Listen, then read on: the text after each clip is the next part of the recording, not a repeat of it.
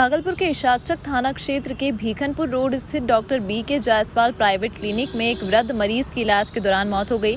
इसके बाद परिजनों ने डॉक्टर पर लापरवाही का आरोप लगाते हुए शव को बीच सड़क पर रखकर प्रदर्शन किया। परिजनों ने डॉक्टर विनोद कुमार जायसवाल पर लापरवाही का आरोप लगाया। मृतक के परिजनों ने बताया कि मरीज के पेट में आज से खून का रिसाव हो रहा था। इसको लेकर भीखनपुर रोड स्थित विनोद कुमार जायसवाल के यहाँ 28 अगस्त को भर्ती कराया गया था। इसके बाद डॉक्टर के अनुसार परिजन गाइडलाइंस का पालन कराते हुए इलाज करा रहे थे और डॉक्टर द्वारा बराबर कहा जा रहा था कि जल्द ठीक हो जाएगा। इधर मरीज के परिजन डॉक्टर के खिलाफ कार्यवाही की मांग पर अड़ गए हैं।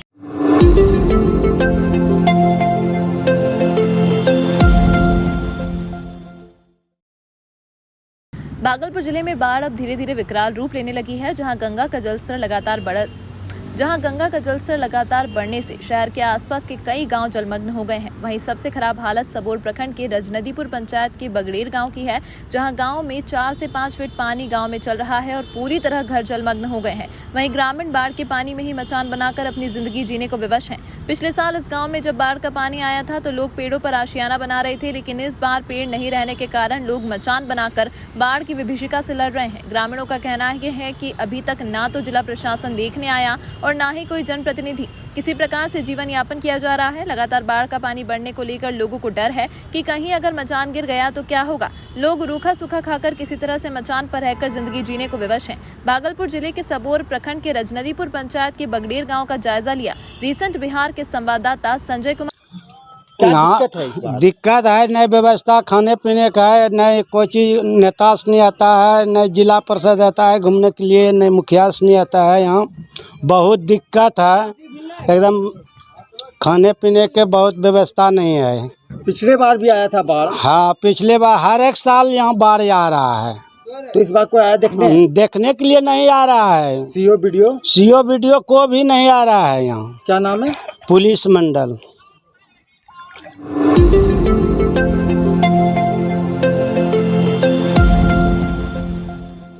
भागलपुर के जिलाधिकारी सुब्रत सैन ने एसएसपी, नगर आयुक्त, अनुमंडल पदाधिकारी के साथ स्मार्ट सिटी प्रोजेक्ट के अंतर्गत शहर के 0 माइल इलाके का निरीक्षण किया। इस दौरान डीएम ने चौक के सौंदर्यीकरण और सड़कों की चौड़ाई दोनों तरफ से 2 से 3 फीट बढ़ाने का निर्देश दिया।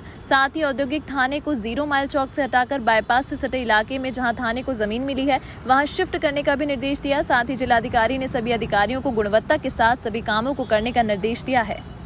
स्मार्ट सिटी के तहत शहर में कई सारे जो है प्रोजेक्ट्स चल रहे हैं और जब से नए नगर आयुक्त आए हैं तो बहुत सारे प्रोजेक्ट्स पे जो काम रुका हुआ था तो वो उसमें तेज़ी आई है। सैंडिस कंपाउंड और जो शेल्टर वाली जो व्यवस्था अस्पताल के पास की गई थी उसका भी RFP फ्लोट हो गया है और अगले 1 महीने में उसको भी हम लोग एजेंसी के माध्यम से प्रॉपर संचालन शुरू करा देंगे। स्मार्ट रोड का काम एक मेजर काम है जिसमें शहर में हम लोग एक बाईपास जो है अतिरिक्त बाईपास बना रहे हैं, तो उसमें भी काम तेज़ी से चल रहा है। पाइपलाइन वगैरह का काम उसमें होने के बाद पानी का उसमें रोड का काम में हम लोग और तेज़ी लाएंगे। इसके अतिरिक्त जो शहर के मुख्य मार्ग हैं और जो चौराहे हैं उनको डेवलप करने पर भी हम लोग प्रयास कर रहे हैं। तो अभी जो हम लोगों का 0 माइल जो है उसके आसपास एक मेकशिफ्ट भवन में एक थाना चल रहा है, उसके लिए ज़मीन ऑलरेडी हम लोगों ने पिछले साल दे दी है और इसमें पुलिस भवन निर्माण निगम से बिल्डिंग का काम आगे आने वाले समय में होगा। तत्काल में हम लोग उस बिल्डिंग को यहाँ शिफ्ट करने जा रहे हैं ताकि वहाँ रोड चौड़ी हो सके और स्मार्ट सिटी में जो स्मार्ट रोड का काम है उसके तहत रोड का चौड़ीकरण हम लोग करा दें। आप लोग ऑलरेडी देख रहे हैं कि हर एक रोड को हम लोग 1.5 से 3 मीटर चौड़ा करा रहे हैं ताकि ट्रैफिक जो है सुचारू रूप से चल सके।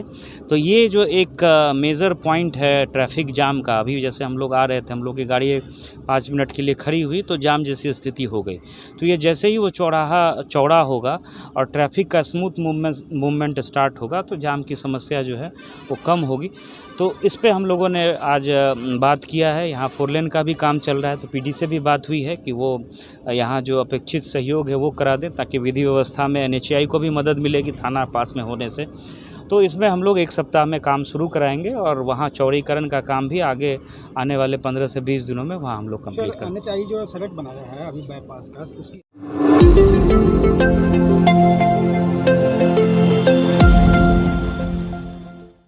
गंगा का जलस्तर लगातार बढ़ने से जहां भागलपुर जिले के आसपास के कई गांव जलमग्न हो गए हैं, वहीं बाढ़ का पानी तिलका मांझी भागलपुर विश्वविद्यालय के स्नातकोत्तर महिला छात्रावास में प्रवेश कर गया है।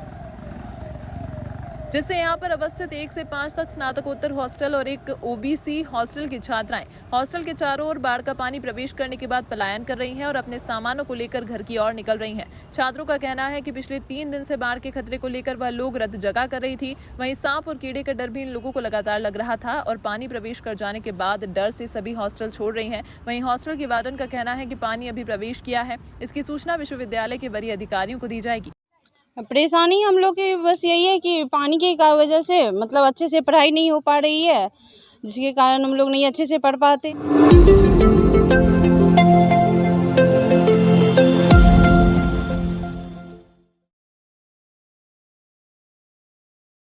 विघ्नहर्ता गणपति महाराज का आगमन भक्तों ने विधिवत पूजन अर्चन से किया। आज के विशेष दिन गणपति महाराज को भोर पहर से ही घरों में विराजमान किया जाने लगा। वहीं भागलपुर जिले के नाथनगर के कई पूजा पंडालों में 2 वर्ष बाद उत्साह का नजारा देखने को मिला। देर रात तक पंडालों को मनोहारी स्वरूप में सजाया गया तथा भोर पहर भक्तों ने गणपति महाराज का बंधन कर उनको पंडालों में स्थापित किया। महाशय ड्योढ़ी स्थित सिद्धिविनायक मंदिर के पास प्राचीन तरीके से भोर पहर से गणपति महाराज का पूजा अर्चना शुरू हो गया। भगवान की स्थापना कर भक्तों ने विधिवत पूजन अर्चन किया। विघ्नहर्ता के जयकारों के बीच गोपी घोष लेन, चंपानगर, सीटीएस रोड, मारवाड़ी पट्टी के पंडालों में गणपति महाराज की प्रतिमा स्थापित की गई। महाशय ड्योढ़ी मंदिर कमेटी के सदस्यों ने बताया कि यहां पर पूर्वजों से करीब 150 सालों से मूर्ति की स्थापना की जाती है और काफी आकर्षक ढंग से सजाया जाता है। शुक्रवार को प्रतिमा का विसर्जन काफी भव्य तरीके से किया जाएगा। ताड़ना को लेकर आए दिन कई घटनाएं सामने आती हैं। उसी बाबत आज एक महिला वरीय पुलिस अधीक्षक के कार्यालय गुहार लगाने पहुंची। महिला ने बताया कि हमारी शादी खैरपुर के रहने वाले कुल्लर जायसवाल के बेटे मिथिलेश कुमार से 12 मई 2019 को हुई है। तब से मुझे बार बार दहेज के लिए प्रताड़ित किया जाता है। नहीं देने पर मेरे साथ गाली गलौज और मारपीट की जाती है। पीड़िता ने कहा कि यह पहली घटना नहीं है। इस तरह की वारदात मेरे साथ मेरे पति ने कई बार की, जिसकी सूचना बरारी थाने में करने गई, परंतु हमारा केस दर्ज नहीं किया गया। इसी बाबत आज वरीय पुलिस अधीक्षक कार्यालय पहुंची। चौसा मधेपुरा के रहने वाली अशोक कुमार आजाद की पुत्री सोनी कुमारी वर्तमान में बरारी संत नगर में किराए के मकान में रहती है। उन्होंने बताया कि मेरे पति का नाजायज संबंध मेरी बड़ी गोतनी नीति देवी के साथ है। वहीं सोनी कुमारी ने यह भी बताया कि मुझे कई बार जलाने का प्रयास भी किया गया। वहीं मेरे पति का सहयोग मेरी सास भी करती है। साथ ही साथ मैंने नाजायज संबंध से दूर रहने की बात कही तो मेरे पति मिथिलेश कुमार ने कहा, मेरे और नीति देवी के बीच मत आओ वरना अच्छा नहीं होगा। वहीं मेरी सास ने भी मेरा साथ नहीं दिया। अपने बेटे के साथ मुझे गला दबाकर मारने की कोशिश की। आज अपने हक की लड़ाई के लिए वरीय पुलिस अधीक्षक बाबूराम के कार्यालय पहुंची हूँ। मुझे इंसाफ चाहिए। आखिर में अपने 2 साल के बेटे के साथ कहाँ जाऊँ। बताते चले कि सोनू कुमार के पति रेलवे डिपार्टमेंट साहिबगंज में DMU सेट हिल पर विभाग में कार्यरत हैं।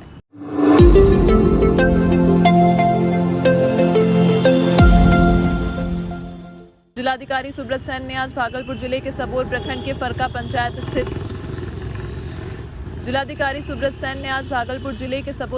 फरका पंचायत स्थित इंग्लिश गांव में गंगा के द्वारा हो रहे कटाव स्थल पर जल संसाधन विभाग के द्वारा चल रहे कार्यों का जिलाधिकारी ने निरीक्षण किया।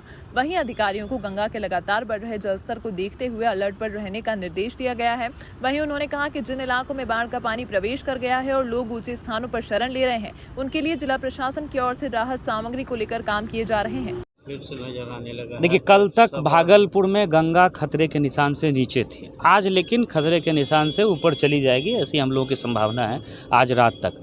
लेकिन अच्छी बात यह है कि ऊपर में आप देखेंगे अप स्ट्रीम में इलाहाबाद में नदी कल से ही घट रही है। गंगा नदी आपका बनारस में भी, वाराणसी में भी नदी आज से घटना शुरू हो गई है। उसका प्रभाव जो है भागलपुर और आगे जो अन्य स्थान हैं वहाँ भी 2 दिन के बाद से देखने को मिल जाएगा। सारे तटबंध हम लोगों के सुरक्षित है। अगर कोई विकराल परिस्थिति, विषम परिस्थिति उत्पन्न होती है तो जो SOP है विभाग की और जैसा विभाग का निर्देश होगा उस हिसाब से हम लोग कार्रवाई करेंगे।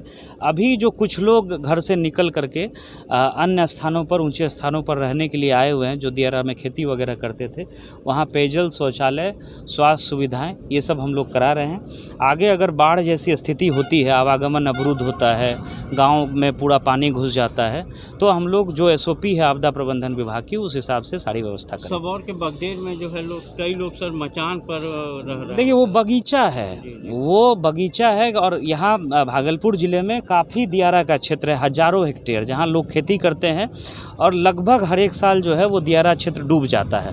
तो उसमें बारिश के समय समय में लोग ऊंचे स्थानों पे आ जाते हैं। वही इस साल स्थिति है, खतरे के निशान के आसपास नदी है। 1-2 दिन नदी और बढ़ेगी, उसके बाद फिर घटना शुरू हो जाएगी। सर जिले में कितने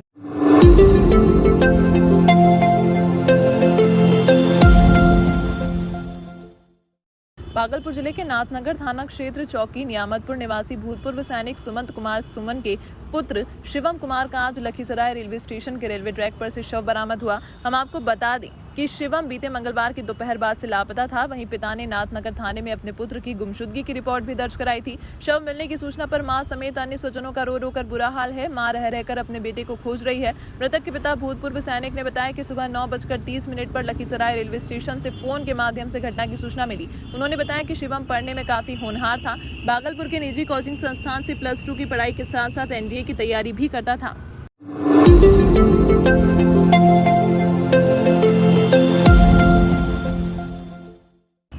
भागलपुर जिला अंतर्गत नाथनगर प्रखंड के लगभग सभी पंचायत पूरी तरह बाढ़ से प्रभावित हो गए हैं। गोसाईदासपुर, रत्तीपुर, बेरिया, शंकरपुर, भुवालपुर, बिहारीपुर समेत अन्य दियारा का इलाका पूरी तरह से जलमग्न है। आज जनजीवन पूरी तरह से अस्त व्यस्त हो गया है। दियारा इलाके के लोग लगातार हो रहे गंगा के जलस्तर को देखकर काफी भयभीत हैं और अपने घर से मवेशी समेत अन्य जरूरी सामानों को लेकर जैसे तैसे कमर भर पानी में ऊंचे स्थानों पर शरण लेने के लिए आ रहे हैं। जिला प्रशासन की ओर से अब तक पीड़ितों को किसी प्रकार की व्यवस्था नहीं की गई है। कहीं से भी अभी तक सरकारी नाव का परिचालन नहीं हो रहा है, जहां लोग ऊंचे स्थानों पर शरण ले रहे हैं। बाढ़ पीड़ितों के बीच त्राहिमाम की स्थिति है। बता दें कि विभिन्न पंचायतों के दियारा इलाके में हजारों एकड़ में लगी साग सब्जी का फसल भी पूरी तरह डूब गई है। बाढ़ पीड़ितों ने मथुरापुर बाईपास, रामचंद्रपुर, नवटोलिया, मुरारपुर समेत अन्य जगहों के सड़क किनारे शरण लेना शुरू कर दिया है।